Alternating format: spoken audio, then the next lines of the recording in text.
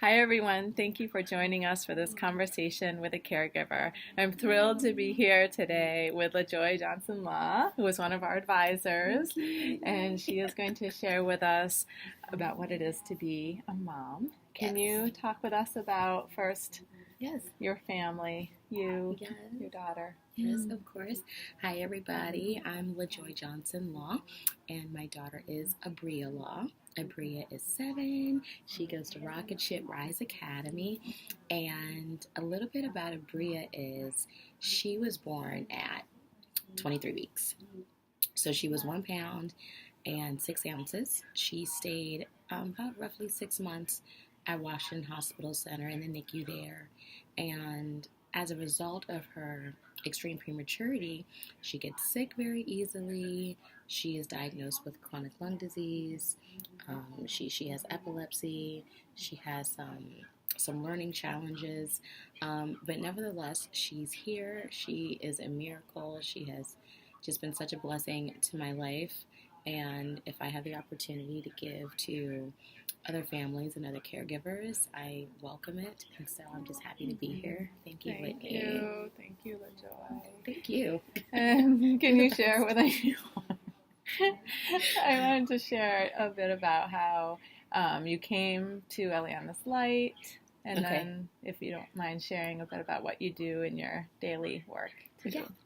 Yes. So I heard about Eliana's Light through Maria, actually at Advocates for Justice and Education.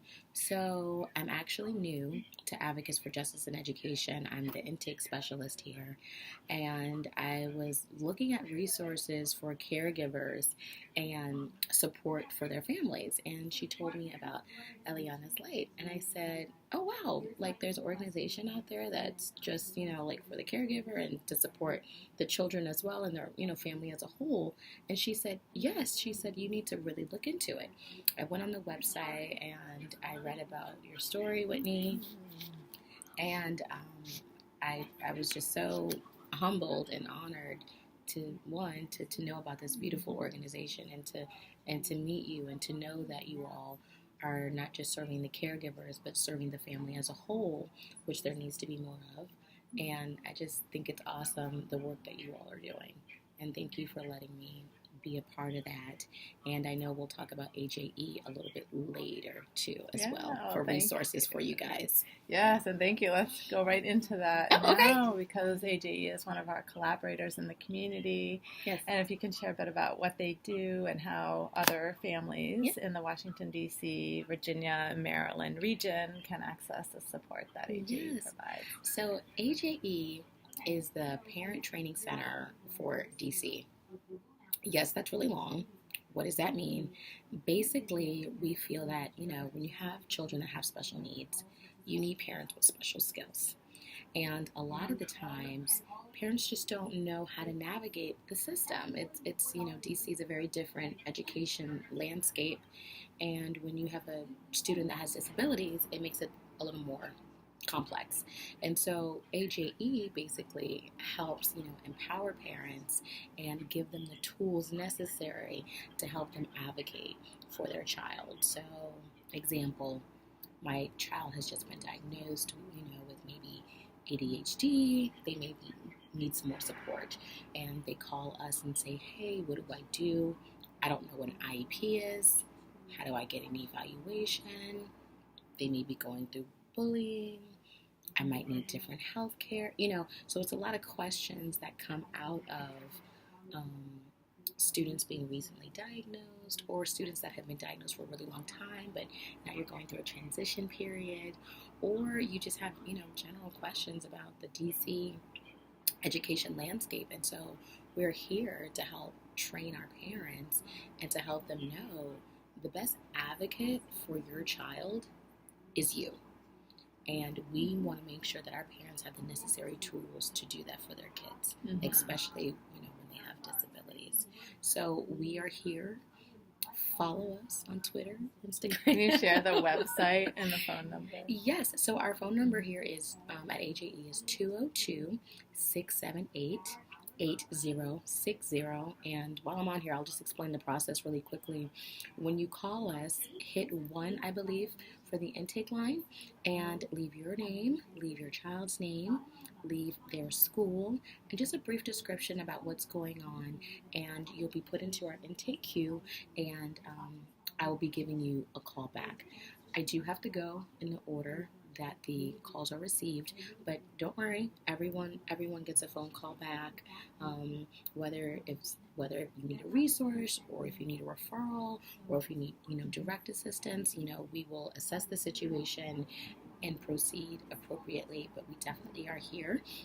Our website is www.aje-dc.org, so please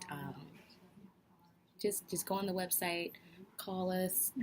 We definitely are here, and we just appreciate this opportunity to share with other caregivers and collaboration with other amazing nonprofits such as yourself. Thank you. Well, now you all know who will be answering the phone. Yes.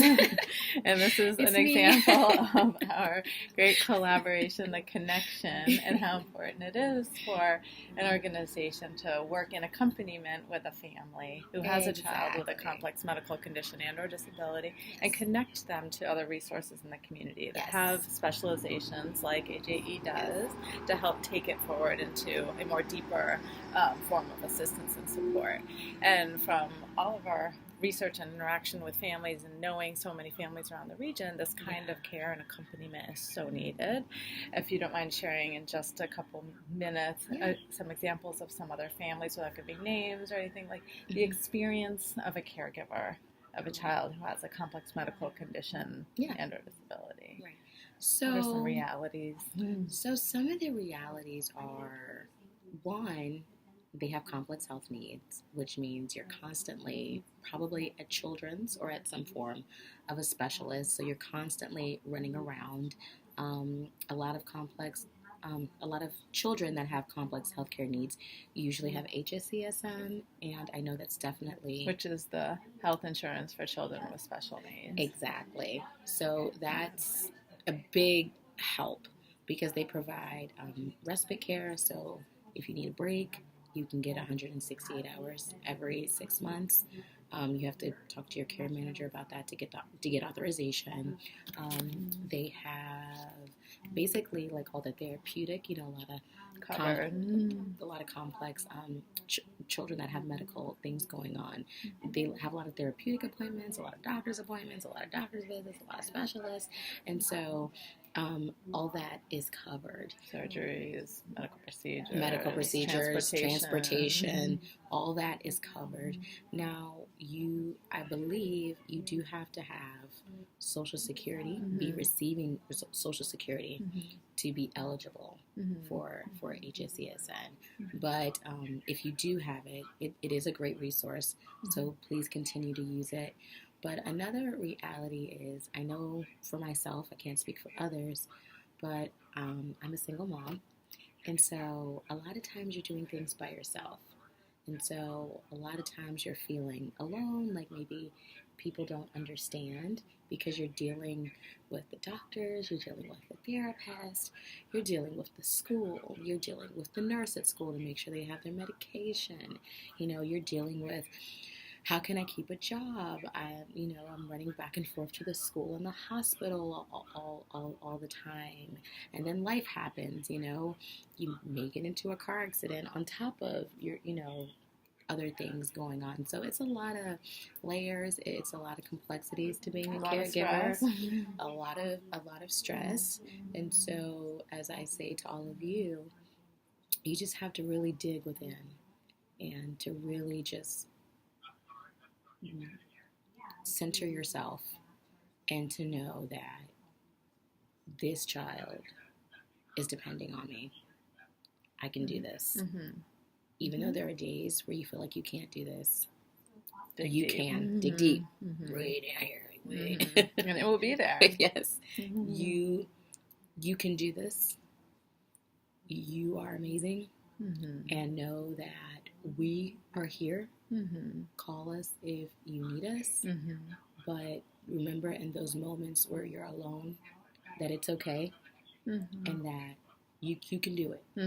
And so even with navigating the education system, navigating the hospital, and just everything, all the complexities that go into it.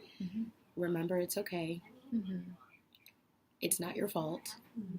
And even if you have, other children, it's okay. Do what you can. Your best is enough. And you have to really hone into that knowing that I'm doing my best with what I have and the resources that I've either been given or have been reached out to, that I'm doing enough, and it's okay. And even if it's like 3 minutes of focusing on your breath or something else that can bring you back into a state of relaxation so that you can give all that you know that you need to give to your children who need you in the balanced way. Yes. I have in my car, I keep like a little stress ball. Thank you, Whitney. Whatever is the tool that can help work, and sometimes you just need to squeeze a stress ball. And so I keep it I literally keep it right in the cup holder. And so when I'm feeling overwhelmed, I just take the stress ball and I just squeeze, and I just take a moment, and I usually count to 5, and then I'll start over again, and then I'll count to 5, and then I'll just until I calm down. But this stress ball really helps. Also, maybe like at nighttime, if you have like a little heating pad at night, that will probably help. Also, I'll speak for myself.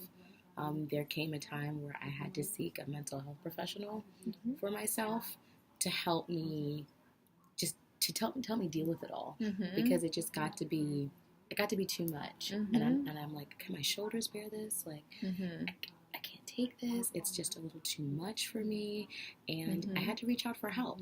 So if you need to reach out for help, it's okay. Right. Do it. Do it. Do it. It's okay. Because in order to have a happy child, you have to have a happy caregiver. And so remember, when you're taking care of your children, you to take care of yourself as well. And I think that's something maybe a lot of people don't realize.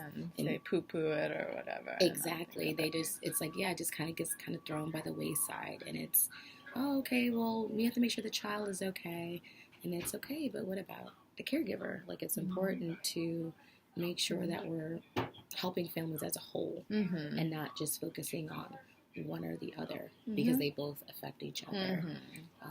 It doesn't take anything to have empathy or compassion for someone. So if you're looking at this, and even if you're not a caregiver, it's okay. Empathy and compassion, right. You can be a part of this effort, and we welcome collaboration as volunteers, donors, as other collaborators in the community in our region. So we look forward to hearing from you, and thank you for listening today. And thank you, LaJoy, for sharing. Thank you. You're awesome. I love you. Thank you. Love you. Thank you, everyone.